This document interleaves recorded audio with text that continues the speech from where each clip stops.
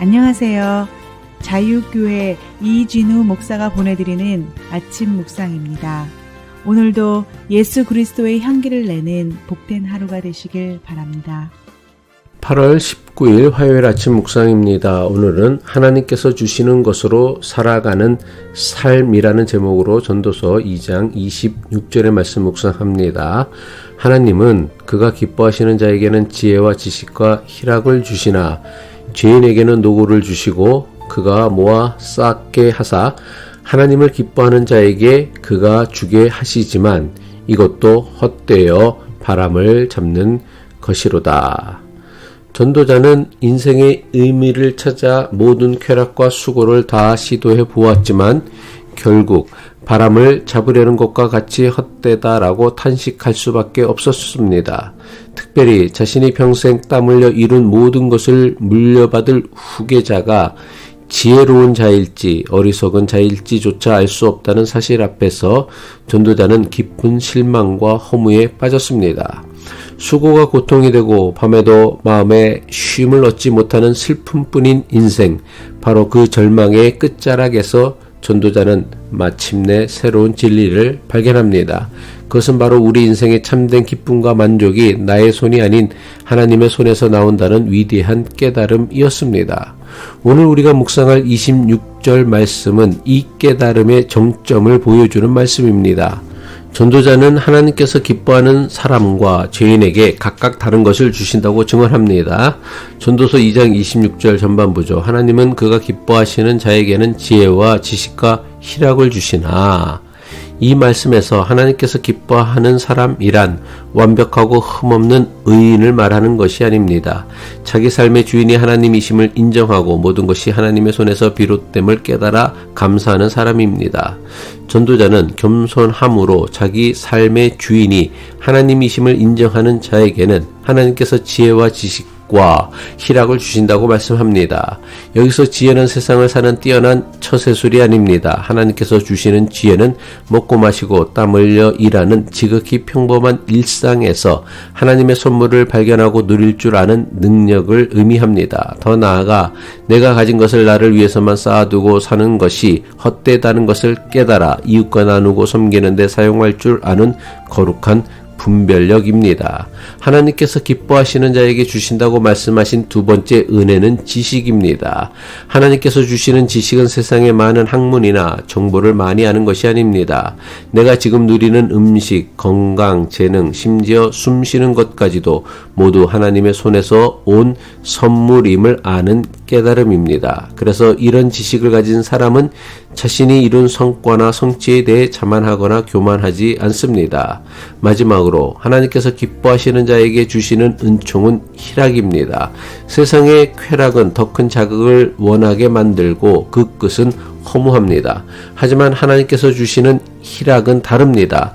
탐욕 때문에 내일 일을 염려하며 불안해하는 대신 오늘 나에게 주어진 하루라는 선물을 마음껏 누리는 즐거움입니다.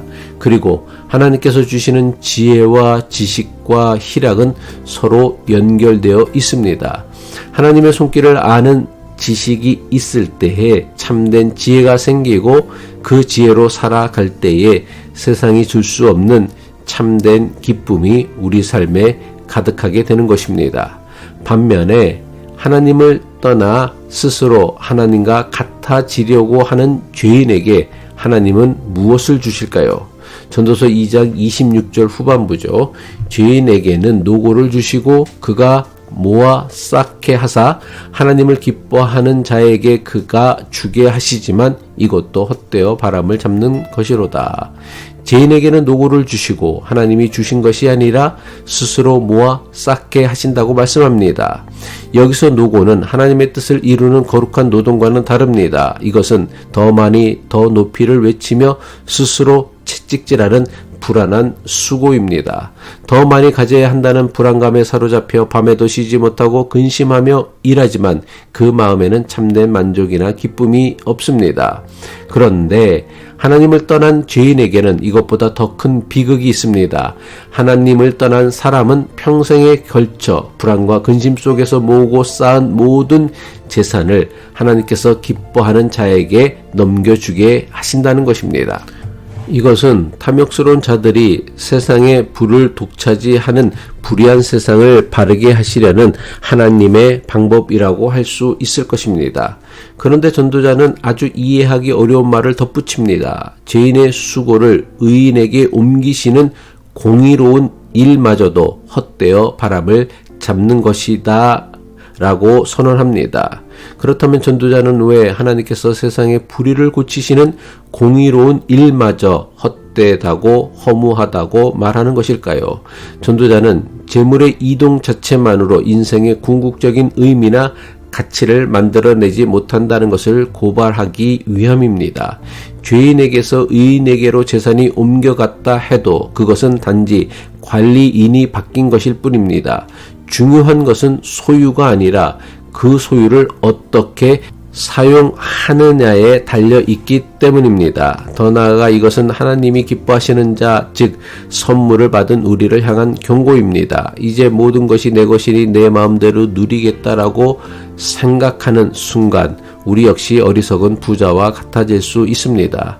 하나님은 오늘 밤이라도 우리의 생명을 거두어 가실 수 있습니다. 그렇다면 그 많은 재물이 무슨 소용이 있겠습니까? 그러므로 이 말씀은 재물을 선물로 받은 자도 모든 것의 주인이신 하나님 앞에서 겸손해야 할 존재임을 깨닫게 하는 것입니다. 결국 인생의 행복은 소유에 많고 적음에 있는 것이 아니라 모든 것을 주관하시는 하나님과의 관계 안에 있다는 가장 중요한 진리를 가르쳐 줍니다. 이 말씀을 통해 전도자가 전하려고 하는 지혜는 명확합니다. 내 힘으로 무언가를 쟁취하려는 불안한 삶을 내려놓고 하나님께서 주시는 것으로 만족하며 평범한 일상을 누리며 살라는 것입니다. 우리의 수고가 나를 위한 불안한 축적이 될 때 슬픔뿐인 노동이 되지만 하나님께 감사하며 이웃을 섬기는 과정이 될 때 그 노동은 거룩한 기쁨의 원천이 됩니다.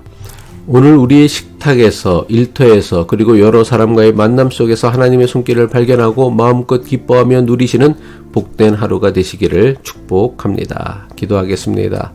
사랑과 은혜의 하나님 아버지, 더 많은 것을 얻기 위해 불안해하며 하나님께서 매일 베푸시는 일상의 기쁨과 감사를 잊고 살았던 우리의 어리석음을 용서하여 주옵소서.